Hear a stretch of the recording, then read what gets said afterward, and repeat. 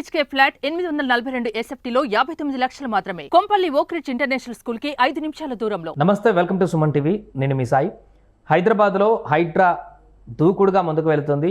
Every Sunday ఏదో ఒక illegal కట్టినటువంటి నిర్మాణాలను కూల్చివేత ప్రక్రియను కొనసాగిస్తూ ఉంది. సో ఈ వచ్చేటువంటి ఆదివారం హైడ్రా ఎక్కడ కూల్చివేతలు చేయబోతుంది, ఎక్కడ నిర్మాణాలను కూల్చివేయబోతుంది అనేటువంటి అంశం ఇప్పుడు హాట్ టాపిక్గా మారింది. దీనికి సంబంధించి మనం మాట్లాడదాం. మనతో పాటు Suman TV news chief editor Keshav గారు ఉన్నారు. సార్ నమస్తే. నమస్తే. సో ఎవ్రీ సండే టార్గెట్ అన్నట్టుగానే కొనసాగుతున్నాయి హైడ్రా కూల్చివేతలు. సో మరొక సండే రాబోతుంది. మొన్న సున్నపు చెరువు తర్వాత ఇప్పుడు మరొక సండే రాబోతుంది. ఈ సండే ఎవరిని టార్గెట్ చేస్తారు, ఎక్కడ అక్రమ నిర్మాణాలు కూల్చివేస్తారనేది చర్చకు వస్తుంది.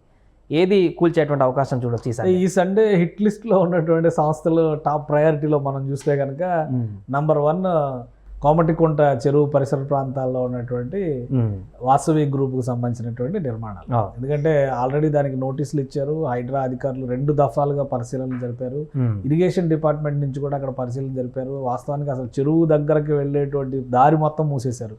ఒకవైపు వాసవి అర్బన్ కంట్రోల్లో ఉంది, ఇంకోవైపు నుంచి ప్రైవేట్ ప్రాపర్టీస్ పెట్టారు. చెరువు క్యాచ్మెంట్ ఏరియాని కబ్జా చేస్తే 2 టవర్లు, అందులో 8-9 టవర్లు అయితే పక్కాగా FTL పరిధిలో కట్టారనేది తేల్చారు. సో అది ఒకటి. రెండోది, సినీ నటుడు జైభేరి కన్స్ట్రక్షన్స్కి సంబంధించి మురళీమోహన్ గారికి సంబంధించినటువంటి నిర్మాణాలు.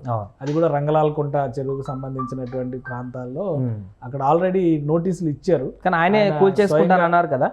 కూల్చేస్తానని అన్నారు. మరి అది కూల్చివేస్తే ఒకలా ఉంటుంది, కూల్చకపోతే ఇంకోలా ఉండొచ్చు. తర్వాత వేవ్ రాక్ అని కన్స్ట్రక్షన్కి సంబంధించి అది కూడా గచ్చిబౌలి ప్రాంతంలో ఉన్నటువంటి స్ట్రక్చర్స్ అవన్నీ కూడా స్వయంగా రంగనాథ్ గారు వీళ్ళు కూడా పరిశీలించారు. ఏం జరుగుద్ది అనేది ఈ 3 సంస్థలకు సంబంధించి మాత్రం చాలా గట్టిగా మనం ఈ సండేకి ఆసక్తిగా ఉన్నటువంటిది. ఇందులో ఎక్కువ వైరల్ అవుతుంది వాసవి అర్బన్ కి సంబంధించినటువంటి నిర్మాణం. అలాగే దుర్గం చెరువు పరిసర ప్రాంతాల వాళ్ళకు కూడా నోటీసులు ఇచ్చి చాలా రోజులే అవుతుంది. ఇంతవరకు దానికి అప్డేట్ కూడా ఏం కనిపించదు. దుర్గం చెరువు పరిసర ప్రాంతాల్లో ఉన్న నివాసాలకి నోటీసులు ఇచ్చారు. 10 రోజులు సమయం ఇచ్చారు. బహుశా 10 రోజులు ఇంకా గడిచినట్లేదు. వాళ్ళకి సమయం ఉంది. కాకపోతే ఒక వెసులుబాటు లేదా ఒక రిలీఫ్ వాళ్ళకి దక్కింది. ఏ విధంగా మనం చూడాలంటే, నివాసం ఉన్నటువంటి ప్రదేశాలను కూల్చివేసేటువంటి విషయంలో కొంత సమయం ఇస్తామని చెప్పి అన్నారు. తొందరపాటు చర్యలు ఉండవన్నారు. ఖాళీ చేయించే వరకు అవకాశం ఇస్తామని చెప్పి అన్నారు. అలా కాకుండా కమర్షియల్ ప్రాపర్టీస్గా మార్చుకున్నటువంటి ప్రదేశాలు, ఈ కొత్తగా నిర్మిస్తున్న గేటెడ్ కమ్యూనిటీస్ తరహాలో నిర్మాణాలు చేస్తున్నటువంటి ఆల్రెడీ నిర్మాణాలు పూర్తయినవైనా కానీ రెడీ టు ఆక్యుపై ఉన్నవైనా కానీ కూలగొట్టేస్తామని తేల్చి చెప్పారు. అంటే ఇప్పుడు దేనిపైన నిర్ణయం తీసుకుంటారని కొంచెం సస్పెన్స్ ఇది క్రియేట్ చేస్తున్నటువంటి పరిస్థితి అయితే ఉంది. దుర్గం చెరువు పరిసర ప్రాంతాల్లో ఎక్కువగా నివాసాలకు సంబంధించినటువంటివి, కార్యాలయాలు నడుస్తున్నటువంటి, అంటే ఆ బిల్డింగ్లో కొంత భాగం కార్యాలయాలు ఉన్నవి, కొంత భాగం నివాసాలు ఉన్నాయి. ఇప్పుడు వాటి మీద వెంటనే యాక్షన్ తీసుకుంటారా లేదా అనేది కొంత సందేహమే. మిగతా వాటి మీద అండర్ కన్స్ట్రక్షన్ వాటిపైన మాత్రం ఖచ్చితంగా ఈ సండే ముహూర్తం పెట్టే అవకాశాలు అయితే కనిపిస్తున్నాయి. అంటే మరొక చర్చ కూడా, ఎందుకు ఎవ్రీ సండేనే హైడ్రా దూకుడుగా వెళ్తుంది, ఎందుకు సండేనే చూజ్ చేసుకుంది అనేటువంటి ప్రశ్న కూడా ఉత్పన్నమవుతుంది. ఒకటి ఏంటంటే, నోటీసులు ఇచ్చిన తర్వాత ప్రాపర్ ప్రొసీజర్ అనేది హైడ్రా అధికారులు ఫాలో అవుతున్నారంటే చాలా ఉదాహరణలు ఉన్నాయి. ఇప్పుడు మొన్న జరిగినటువంటి సున్నం చెరువు కూల్చివేతల సమయంలోనే చాలామంది అభ్యంతరాలు వ్యక్తం చేశారు. వాళ్ళ దగ్గర ఉన్నటువంటి డాక్యుమెంట్స్ చూపించే ప్రయత్నం చేశారు. అయితే ఓనర్స్కి సంబంధించి నోటీసులు ఆల్రెడీ జారీ చేసామని హైడ్రా అధికారులు చెప్పారు. అక్కడ కిరోసిన్ పోసుకొని నానా రకాల హడావుడి చేసినటువంటి వాళ్ళందరినీ కూడా అదుపులోకి తీసుకుని కేసులు కూడా నమోదు చేశారు. ఎందుకంటే లీగల్గా స్ట్రాంగ్గా లేకపోతే హైడ్రాకి ఎదురు దెబ్బ తగులుతుంది అన్న విషయం అందరికీ తెలిసింది.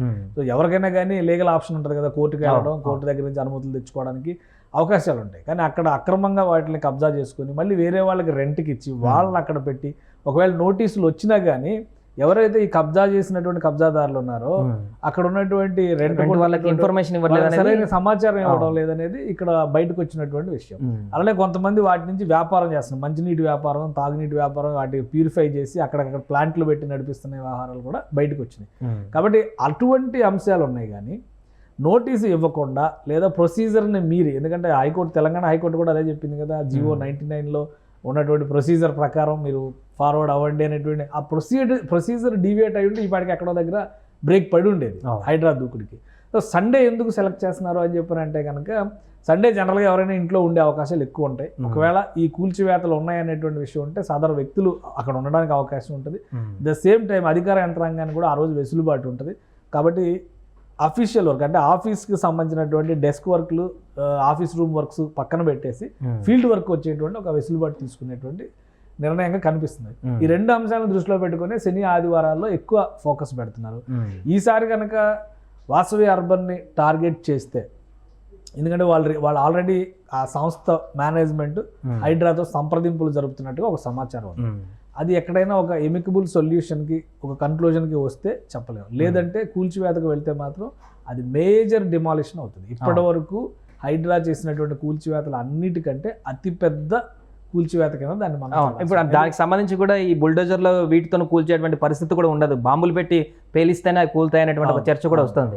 సో బాంబులతోనే ఒకవేళ కన్స్ట్రక్షన్ ఆల్రెడీ లాస్ట్ టైం ఒక కన్స్ట్రక్షన్ అలానే డిమాలిష్ చేసినటువంటి సందర్భం ఉంది కదా. అది టెక్నాలజీని ఉపయోగించి ఎక్కడైతే ఉందో అక్కడే కూలిపోయే విధంగా చేశారు. మన సెక్రటేరియట్ ని కూడా పాత భవనాలను కూల్చేటువంటి దానికి ఉపయోగించారు. కాబట్టి హైదరాబాద్కి ఆ టెక్నాలజీ కొత్త కాదు, హైడ్రాకి కూడా కొత్త అయ్యేటువంటి అవకాశం ఉంది. ఎందుకంటే ఒకటి అక్కడ ఆల్మోస్ట్ 25 అంతస్తుల భవనాల నిర్మాణం జరిగింది. 25 అంతస్తులు ప్లస్ సెల్లార్లు, స్టిల్ట్లు అవి ఇవి కలిపితే కూడా 26, 28 అంతస్తుల దాకా ఉంటాయని చెప్పి అంటున్నారు. అవి పూర్తిగా చెరువు FTL పరిధిలో చేసినటువంటి టవర్లు, 2 టవర్లు, 8-9 టవర్లు. సో ఆ టవర్ల విషయంలో మాత్రం టఫ్ డెసిషన్, అంటే మీరు అన్నట్టుగా బ్లాస్టింగ్కి వెళ్లాల్సినటువంటి అవసరం అయితే స్పష్టంగా ఉంది. ఒకవేళ అటువంటి నిర్ణయం తీసుకుంటే కనుక ఇక్కడ ఇంకొకటి, అది 40 lakhs అఫోర్డబుల్ హౌసింగ్ పేరుతో వాసవి అర్బన్ చాలా మంది దగ్గర నుంచి ప్రీ లాంచ్ ఆఫర్ రూపంలో డబ్బులు వసూలు చేసినటువంటి నిర్మాణాలు. సో లబ్ధిదారుల పరిస్థితి ఏంటి, అది కూడా చూడాల్సినటువంటి అవసరం ఉంటుంది. ప్లస్ చెరువు మొత్తాన్ని వాళ్ళ కంట్రోల్లో పెట్టుకొని, వ్యవస్థ మొత్తాన్ని వాళ్ళ కంట్రోల్లో పెట్టుకొని, అధికార యంత్రాంగాన్ని వాళ్ళ కంట్రోల్లో పెట్టుకొని చేసిన నిర్మాణం కాబట్టి చాలా మంది అమాయకులు అక్కడ డబ్బు చెల్లించి ఉండవచ్చు. సో ఈ ఒకవేళ సంస్థతో కనుక, హైడ్రా ప్రతినిధులతో కనుక చర్చలు జరిగితే అక్కడ జరగాల్సినటువంటి కన్క్లూజన్ ఏంటంటే, జరిగేటువంటి నష్టానికి లబ్ధిదారులు ఎవరైతే డబ్బులు కట్టారో వాళ్ళకి న్యాయం చేయడం పైన ఎక్కువ ఫోకస్ ఉండే అవకాశం ఉంటుంది. కానీ కూల్చివేత ఆగేటువంటి అవకాశాలు చాలా తక్కువ ఉన్నాయి. కూల్చివేత ఆగడానికి చాలా, అంటే 99% కూల్చడానికే స్కోప్ ఉంది. ఎందుకంటే అవి క్లియర్గా FTL పరిధిలోకి వచ్చినాయి అనేది నిర్ధారణ అయిపోయినటువంటి అంశం ఉంది. కాకపోతే పెద్ద టవర్లు కట్టారు కాబట్టి, అంటే గతంలో మనం చూసాం ఢిల్లీలో, బాంబేలో సుప్రీంకోర్టు వరకు కేసులు వెళ్ళి కూడా ఏదైనా కానీ అక్రమం అని చెప్పి డిసైడ్ చేసిన తర్వాత కూల్చడమే పరిష్కారం అని చెప్పని క్లియర్గా చెప్పారు. కాబట్టి దానికి ఏం వాసవి గ్రూప్ ఏమో అతీతం కాదు. పైగా వాసవి సంస్థ చేసినటువంటి చాలా నిర్మాణాలు చెరువుల పరిధిలోనే ఉన్నాయి.